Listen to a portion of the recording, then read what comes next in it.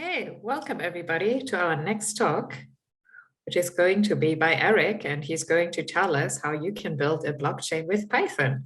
So yeah, Eric. Awesome. Thank you. All right. Well, welcome everyone to my talk. I am obviously from Chia, or the Chia Network, which is an L1 that is basically built out with actual real world usability in mind. And we are using Python for most of our major components. And I'll get into that a little bit here. All right. So a little bit about me first. I'm a barbecue enthusiast. I have a family. I've been in tech pretty much my whole life. I think I was using MS-DOS when I was like 8 years old. Started programming QBasic when I was about 12.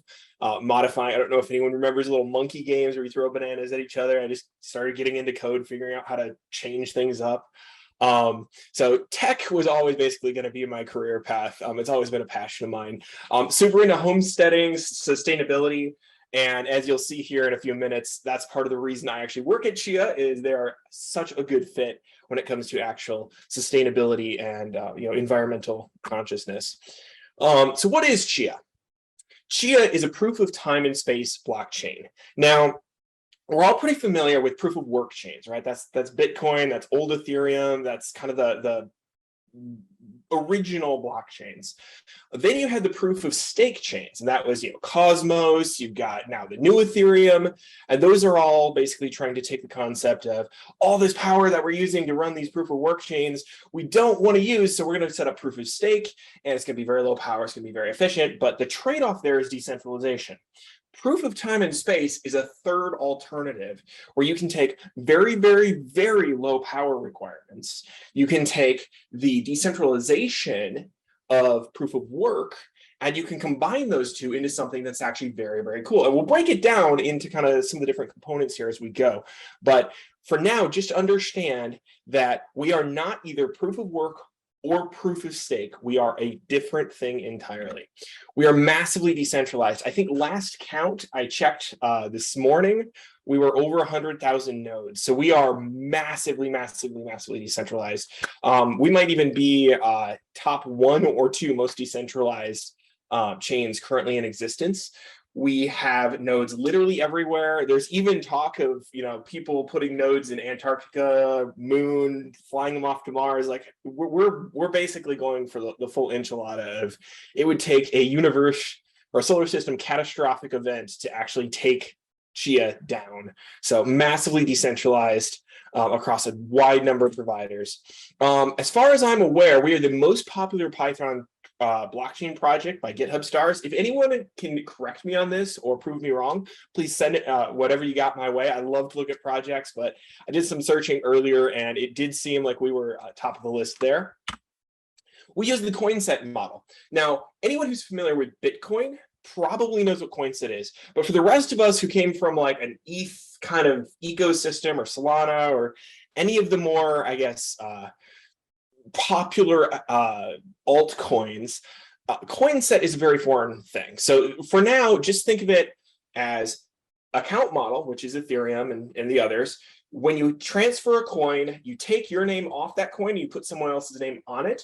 With a coin set model, you take that coin, when you transfer it, you destroy that coin and you rebuild it in the new person's possession. So it sounds subtle. It doesn't sound like too big of a difference, but when we get into security, it's actually huge. And when we get into coin programmability, it's massively huge.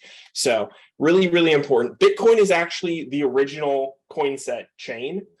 Everything done there is actually very, very similar to how things are done on Chia. Chia is in some ways like the next evolution of a lot of the core concepts that were on Bitcoin. We're secure by default. That is done through a few different ways. Number one, we actually use something called Chia Lisp for all of our contracts. We call them puzzles. The programs that you run are called puzzles, and they're written in Chia Lisp, which has very, very strict constraints around what you can do. Smart contracts are stored off-chain and are run off-chain, verifiable against the chain. What this means is you don't get any of those problems like you do with Solidity, where methods from one thing can call methods for another thing, and suddenly someone like picked up and moved $100 million worth of ETH. That doesn't exist on our chain because everything is very isolated, everything is very verifiable, and it's all kept in very clean boxes. So a lot of these attacks that have cost upwards of billions of dollars at this point just aren't even possible on the Chia network. And lastly, we are hyper energy efficient. I'll get into this when we talk about storage a little bit, but essentially for now, just think of it as with a proof of work chain like Bitcoin, you have to mine. And what you're doing when you're mining is you're essentially printing a lottery ticket. And one of the miners is going to have the winning lottery ticket. Well, with Chia, instead of getting rid of those lottery tickets when we're done with them, we store them. So proof of time and space, we are essentially building on drives, like literally old hard drive platters, we are building up stores of lottery tickets, and then they're reusable every time a new block needs to exist. So what we can do is we can take a Raspberry Pi, which is really low power. We can hook it up to a NAS, which has a ton of storage, and the drives are all sat down. They're not spinning. They're still until a new block needs to be minted, and then the basically problem comes out. The winning lottery number request comes out, and the system is smart enough that it's only going to spin up the drives if it thinks it might have a winning ticket. And so that winning ticket then gets submitted, and if they win, boom, we're great. What this means is for every new block, the only power we're actually consuming, other than the little computer that's running this whole thing, whether it's a server, Raspberry Pi, whatever, the computer that's running this whole thing, the only power that's actually getting consumed is like 4 or 5 drives in the world spinning up to check if they've got that winning number and to submit it. So it's really efficient. This is like incredibly power efficient because it's essentially just using giant amounts of cold storage. Plus, we cut down on e-waste because the drives we're using, half of them are old hardware, like refurb hardware that would end up in a landfill. So we're actually providing a second life for a lot of really toxic, expensive stuff to recycle. So really green when it comes to the actual chain and hyper energy efficient as well. Okay, why Python? Well, there's a couple reasons. First one is this guy right here. This is Bram Cohen. He's actually one of the founders of the Chia network. He is the guy who went and developed BitTorrent. Now, anyone who's read the Bitcoin paper might remember Satoshi referenced BitTorrent as an inspiration for Bitcoin. So this guy's work ended up being one of the inspirations for Bitcoin in general. Bram is the one who sat down and started writing Chia. And he's the one who got the engineering team together that now exists today, the people who actually wrote the Chia network code. So they had familiarity with it. They understood Python on a very deep level. They had used it in production, real world settings before. That's already a pretty good reason to look at using a language. Next, it's very simple. Python, as everyone here knows, is incredibly easy to pick up. It's probably the language that I most recommend when someone asks me, how to get into the tech field and how to become a programmer. I'll actually send them to some PyChain tutorials just to learn some basic Python concepts, program loops, those sorts of things, because it's super easy to read. It's easy to understand. There's no obscure syntax. It's literally like 2 + 2 = 4. In Python, and you can write it out simply. You can do operations. Everything's clean. You can make incredible programs with like 5 lines of code. So Python is an amazing tool to get started. It's incredibly easy to audit. It's incredibly easy to review. It's incredibly easy to modify. It is just a really good tool for getting started on any project, prototyping, whatever. The fast prototyping and iteration. Iteration in Python is also super easy. I've made many programs that have started as a tiny little seed of something and have ballooned into an absolute large piece of software by Python standards, just from incremental iteration over the course of weeks, where I'll sit there and go, oh, what would be cool? I go and I write another piece, and boom, iteration. Very easy to do, very fast with Python. And because we're not having to do the whole compile thing every time and wait for things to build, it's actually very fast to run and test. Okay, so now we need to talk consensus. So what's consensus? Consensus is basically the agreement that all of the nodes have between each other. So every node on the globe has to talk with the other nodes. They all have to agree on what the data is, who gets to write what, who gets to do what, where. Otherwise, we don't have a blockchain. If your consensus code fails, you do not have a blockchain. Okay, so it's very, very critical code, which means we need to have highly, highly tested code. Python is very easy to test. It is actually incredibly easy to test. It's actually used to write a lot of tests. It's something that's very easy to integrate with. There's a lot of good libraries out there to actually test what you need to do, write unit tests, write everything you need. So highly testable. You want to keep your consensus code as simple as possible. Consensus code should be the minimum thing you need to securely, accurately, and safely accomplish your goal. You don't want to throw features in here. You don't want to throw pretty much anything else into your consensus code. You want it to be a small code base that rarely changes, that is going to be consistent and readable. That's very, very key. A lot of blockchains actually struggle with this concept and have consensus bloat, and we end up in a bad place where bad things happen. I'm not going to name names out here, but you can look at recent news. You'll figure out some things for yourself. At Chia, we're trying to keep the consensus code as pure, clean, readable, and maintainable as possible. And then the last piece of this is you need to keep your consensus code segregated from everything else, because you don't want to pollute it. Every feature you add is a potential for additional bugs, additional attack vectors. And since we're talking about blockchain, tokens and tokenomics and DeFi and all of these things where tons and tons of money shifts hands, you better believe blockchains are a target when it comes to security. So you want to keep your consensus code as locked away, safe as possible. All right, so what's non-critical code? Basically everything non-consensus. So your networking code, Python does this actually very well. Logging tools, I was logged into Grafana earlier looking at the whole network, getting that's where I got the current node count from. Wallets we're all familiar with. That's how we actually interact with tokens. That's how we actually transfer things between you to me to you. All of that's done through wallets. GUIs. So there's actually a number of interesting GUI tools out in our ecosystem. There's a number of actually pretty cool NFT projects too that are doing kind of their own thing. But GUIs is kind of a catch-all for like every tool with a graphical user interface that you interact with the blockchain on, and there are too many to list here. Block explorers, which are basically a record explorer for all previous transactions. So you can go back and look at previous blocks. You can audit things. You can find fraud. You can go through and figure out who had what where, do like chain of custody of certain things. Very, very useful tools. I used to live in block explorers for a number of months. And of course, anything else that you want to interact with the blockchain on is going to be non-consensus critical code.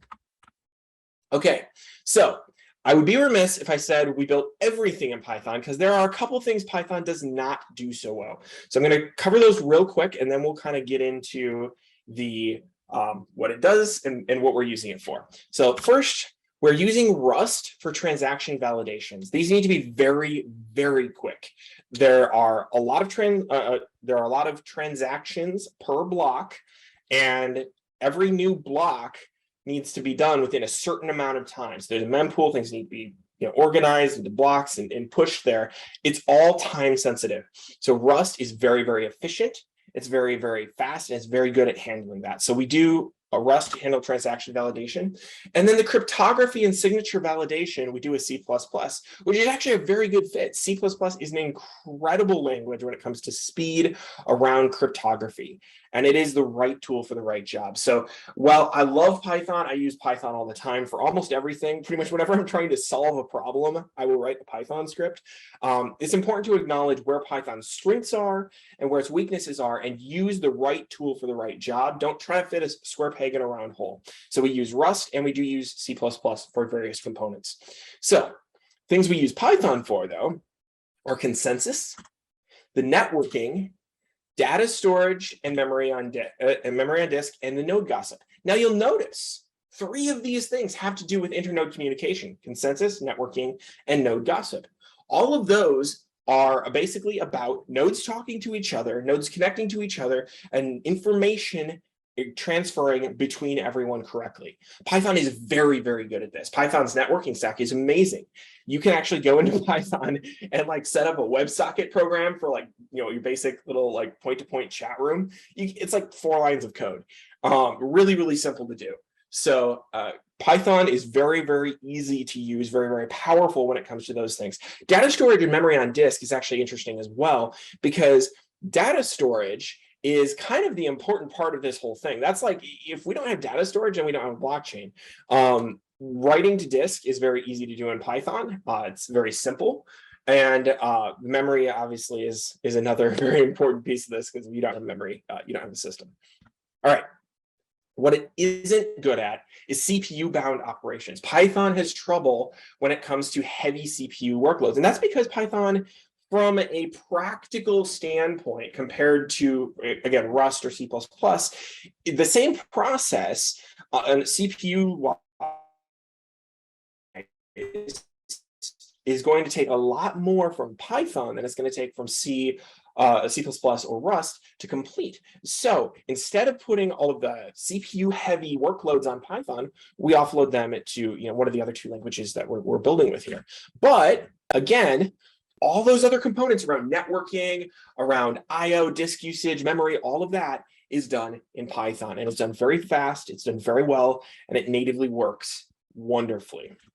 All right. Lastly, one of the biggest criticisms out there, actually not quite lastly, but very importantly, one of the biggest criticisms out there about Python is that it doesn't have type safety. And it's, in many ways, that's a just criticism. One of the things they gave up for ease of use was this concept of, ints, floats, longs, like all of those things that we use to make code very safe, bug-free, and stable don't really exist in Python. That's where MyPy comes in. MyPy adds that functionality back in, and it integrates directly into Python without additional dependencies, essentially taking care of probably one of the largest criticisms of Python that exists out there today.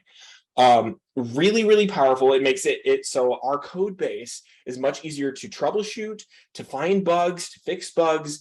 Everything is very rigid, it's very strict, yet we still have all the advantages that Python delivers from usability, fast iterability, all of those things are still present, even though we now have type safety. So MyPy, highly recommend you check it out if you're doing any project that's going to be larger than a single page sort of code.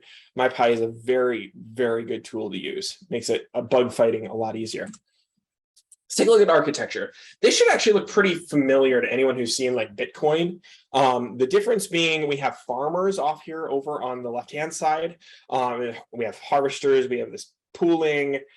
That's essentially where you normally see the miners in like a Bitcoin type situation. We also have this thing called a Time Lord up top. And Time Lords are another way that we're decentralized, so that essentially the problems that are being handed out, the winning lottery ticket number problem that needs to be solved, that problem is being essentially seeded by these things called Time Lords. And the Time Lords they can be anywhere. Anyone can run a Time Lord. I could set up one on like the computer I've got right here. I could set up one and start running a Time Lord for the Chia Network. There's no compensation for it. It's not like farming or anything else. It's just a way to participate in decentralization. The farmers then, basically all of that process trickles down from the Time Lord, and the winning lottery number is thrown out there. The farmers all go, oh, do we have that number? Who do it? I don't have that number. I don't have that number. Oh, I might have that number. And then they'll submit their best, closest ticket to the one that's winning. And what happens is the farmer with the closest ticket to the one that wins basically gets to make that new block. And it will talk to the nodes, and it will commit that new block into the blockchain, and all of the nodes add that. Now, your wallets, your dApps, like all the things that interact with the blockchain interact through RPCs generally with those nodes on the blockchain. And, oh, thank you. They interact with the nodes on the blockchain through RPC, and I'm running low on time, so I'm going to skip through the rest of this real quick. One last concept. Everything about blockchain is keep it simple. This is good programming philosophy. In blockchain, it is so much more important. You need to keep your code simple if you're going to avoid huge data breaches, huge amounts of tokens going poof in the air.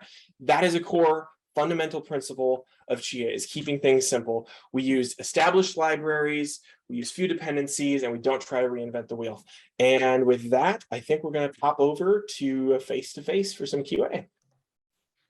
Yeah, thank you so much. That was very insightful. And I think it tells us we should all maybe reread the Bitcoin white paper and look into their GitHub to learn some stuff that's still relevant. And yeah, as mentioned, you can find Eric in the face-to-face to ask questions. I think maybe I think we will get thrown off right now, but there have been like 2-3 questions already, so we'll find them there. And yeah, thank you very much. Awesome. Thank you.